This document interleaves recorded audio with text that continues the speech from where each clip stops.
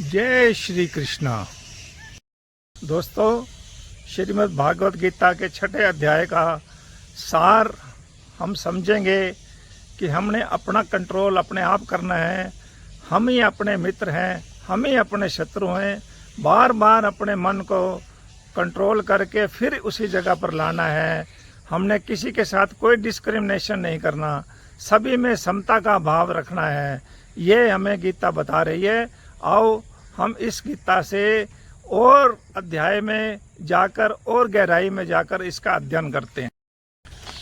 दोस्तों, भागवत गीता के 6ठे अध्याय में श्री कृष्ण कह रहे हैं, हे अर्जुन, जो योगी अपनी ही तरह से सभी प्राणियों को समान देखता है, चाहे वह सुख में हो या दुख में, वही सबसे श्रेष्ठ योगी है।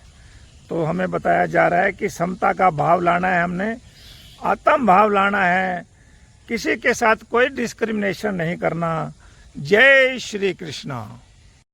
दोस्तों, गीता के 6ठे अध्याय में कहा गया है कि मन को नियंत्रण करना बहुत कठिन है, लेकिन अभ्यास और वैराग्य से इसे वश में किया जा सकता है। इसी अध्याय में भगवान कह रहे हैं, जो मनुष्य मुझे सभी प्राणियों में और सभी प्राणियों में मुझको देखता है, वह मुझसे कभी अलग नहीं होता और ना ही उससे अलग मैं होता हूँ। जय श्री कृष्णा। दोस्तों, श्रीमद् भागवत गीता में भगवान कह रहे हैं कि संकल्पों का त्याग करें, सन्यासी बने, योगी बने, अपने मित्र बने, अपना उद्धार खुद करें, मन और इंद्रियों को जीतें, सर्दी गर्मी सुख दुख मान सम्मान में अंतःकरण शांत करें, अपने स्वाधीन रहें, अपने आप को परमात्मा में स्थित करें। और इस तरह से जब हम खुद को कंट्रोल करेंगे, खुद को इंद्रियों को कंट्रोल करेंगे, तो हम अपने आप में स्थित हो जाएंगे, हम सन्यासी हो जाएंगे, हम योगी हो जाएंगे। जय श्री कृष्ण। दोस्तों, श्रीमद् भागवत गीता में बताया गया है कि हम अपने आप को परमात्मा में कैसे लगाएं। तो इसमें बताया जा रहा है कि जिसका अंतःकरण तृप्त है और विकार रहित है, इंद्रियां जिसकी जीती हुई हैं, और जो मिट्टी और पत्थर को समान समझता है, और वो भागवत प्राप्ति को प्राप्त होता है। इसलिए समान भाव वाला होना चाहिए, सभी के प्रति सम भाव रखना चाहिए। मन इंद्रियां कंट्रोल करके आशा रहित, संग्रह रहित एक आत्म स्थान पर जाकर आत्मा को निरंतर परमात्मा में लगाएं। तो दोस्तों, यहाँ हमें परमात्मा में लगाने का रास्ता बताया गया है। दोस्तों, 6ठे अध्याय में ये बताया गया है कि अगर हमारा मन विचलित हो जाए, हमारा ध्यान भटक जाए, और हम अपने ध्यान से जब भटक जाएं, तो हमें वापस उसको अपने मन को फिर ध्यान में लगाना है।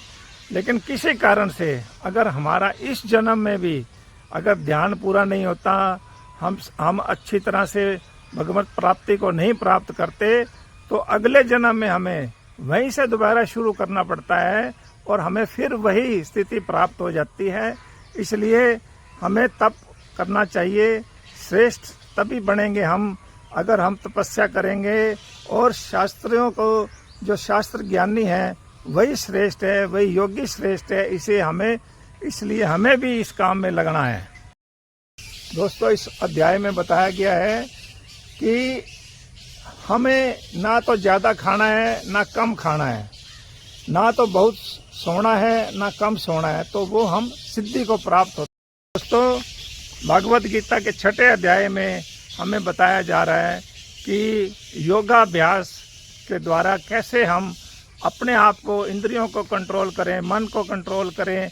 तो वो कैसे करना है वो बताया गया है कि हम शुद्ध भूमि पर कुशा बिछाकर और मृगशाला बिछाकर, अच्छा वस्त्र बिछाकर, ना आसन ऊंचा हो ना आसन नीचा हो, तो फिर हम स्थिर रहकर, स्थिर आसन बनाकर मन को एकाग्र करके अंतःकरण की शुद्धि करके योगाभ्यास करेंगे तो हमें मन को स्थिरता मिलेगी।